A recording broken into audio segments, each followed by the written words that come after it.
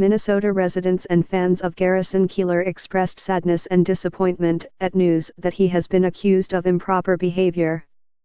Keillor was fired from Minnesota Public Radio Wednesday, November 29, Minneapolis, AP. Outraged Garrison Keillor fans deluged Minnesota Public Radio Thursday with complaints about the firing of the humorist over alleged workplace misconduct.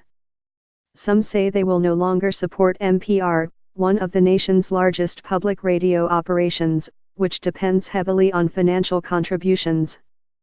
NPR said Wednesday it was cutting ties with Keillor, creator and former host of the popular public radio show A Prairie Home Companion, over an allegation of workplace misconduct. The network did not give details, but Keillor told the Minneapolis Star-Tribune that he had put his hand on a woman's bare back while trying to console her. On Thursday, NPR repeated that it had received just one formal complaint against Keillor, a day after a statement by him raised questions about the extent of the allegations. Keillor told NPR's news department in an email that 2 employees had made allegations.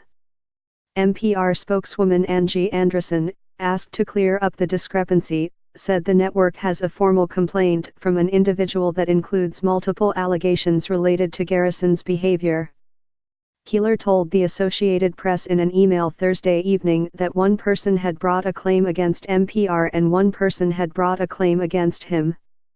He says he hasn't seen the allegations against him and that his account to the Star-Tribune was the only incident he could remember. Caption close Andreson appeared to dispute any claim against NPR in an emailed response, saying, "We have complaints from 2 individuals formerly associated with A Prairie Home Companion. Both allege inappropriate behavior by MR. Keillor only one claims the behavior was directed at her. She didn't immediately respond to a message seeking further clarification." Meanwhile, NPR News reported that many people were angered at Keillor's dismissal and dozens planned to cancel their memberships. Bridget George of Anoka says she wants a fuller explanation from the network. She said Keillor spoke at a fundraiser at her church last year and is a kind, caring, compassionate person. "I think a lot of politics go into these decisions," George said.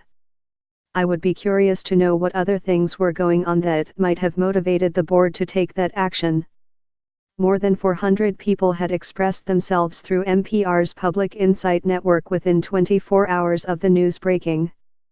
Discussions on the NPR News Facebook page had generated more than 25,000 words, enough to fill a 100-page book. "We understand that some listeners are upset and know that the limited information we've made available at this time may not seem to justify such a consequential decision," said Angie Andreson, a spokeswoman for NPR and APM. "We want to assure that this decision honors the highest standards they've come to expect from us." While many fans supported Keillor, the professional fallout for the popular radio personality continued on Thursday. The Washington Post said it won't distribute any more columns by Keillor because he didn't reveal he was under investigation in his most recent column.